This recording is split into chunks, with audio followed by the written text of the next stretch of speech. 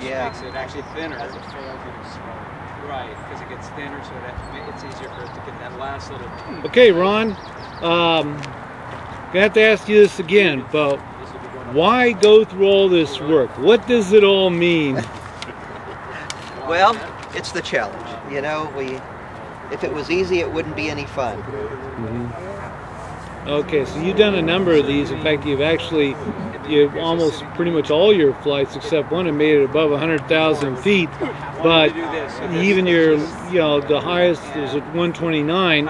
But I imagine there's this insatiable appetite to become #1. Well, #1 would be difficult simply because Cornell used 141,000 cubic foot zero pressure balloon.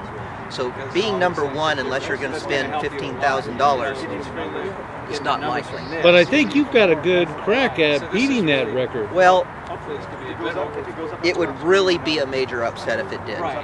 Okay. If it did. This is sort of the beginning of the how. I need to take a break just for a second because I got to get Stratafox the latest map. All right. Okay. So thanks, Ron. Let me run and grab that real quick. Okay, I'm here with Lee Meadows. So you're the one that did pretty much most of the calculations and the preparation, planning, and all that. So, but how confident are you that we might be able to beat that Cornell University altitude of 135K? That one's going to be really tough.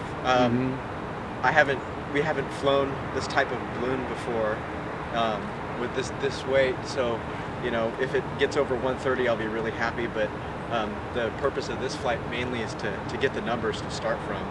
You know, we don't know if it's not enough gas, if it's too much gas, but we recorded all our numbers and we're going to see what this does. So if you take it like other flights, you would start off with a particular balloon, see its characteristics and behavior, and then you would plan some other things on that. So in one sense, this is somewhat of a test flight. Exactly. I see. So how many nights you had to stay up?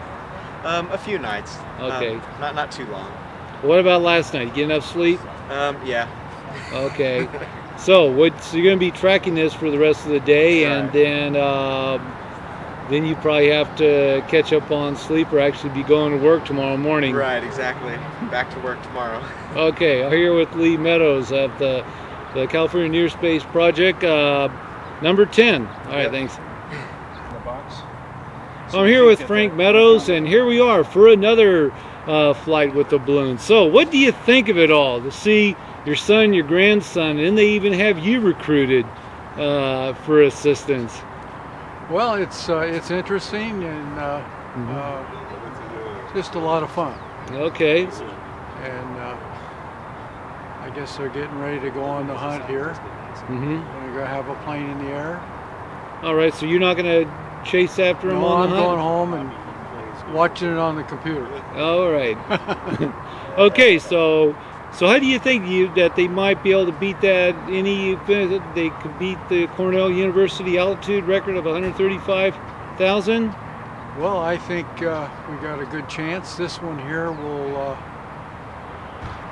give us some information. Maybe the next flight. There'll be a few more, so we'll see what happens. It sounds like it'll never end. Okay, thank you, Frank. You're welcome.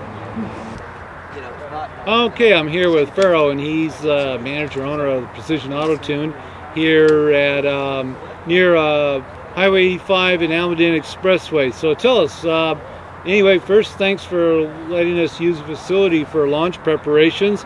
So what do you think of it, this whole project and these high altitude balloons? Well, it's it's really interesting amount of effort and work you put into it. Okay. So I hope they're successful this time.